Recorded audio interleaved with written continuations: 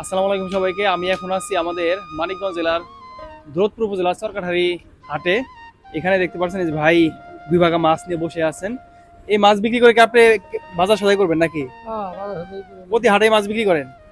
এমনি আপনি কি কি কাজ করেন? এমনি কাজ করি, মাছ মারি, বুঝা শ্যামবাজার কাজ করি। লেবারের কাজ করেন? সবই উনি করি। মূলত লেবারের কাজ করে এবং এই যে হাটের দিনে মাছ ধরে নদী থেকে বিক্রি করে। এই যে দেখেন এখানে উনি দুই ভাগা মাছ নিয়ে আসছে, পুঁটি মাছ। এগুলো বিক্রি করবে। কত করে ভাগা বিক্রি করবেন? 100 টাকা করে। এগুলো বিক্রি করে কি আপনার বাজার সদাই হবে? হবে?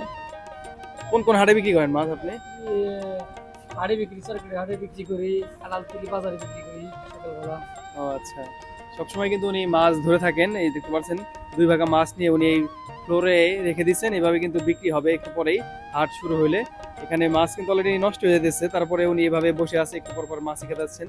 আপনার মূলত বাচ্চা কাচ্চা কয়জন আছে? সংসারে কে গেছে? 3 জন আছে। 3 বাচ্চা না? হ্যাঁ। এভাবে কিন্তু চরের মানুষ খুবই কষ্ট করে জীবনযাপন করে থাকে। দেখতে পাচ্ছেন নদীতে মাছ ধরে, এখানে বাজারে বিক্রি করে, হাটে বিক্রি করে, এভাবে উনি সংসার চালান।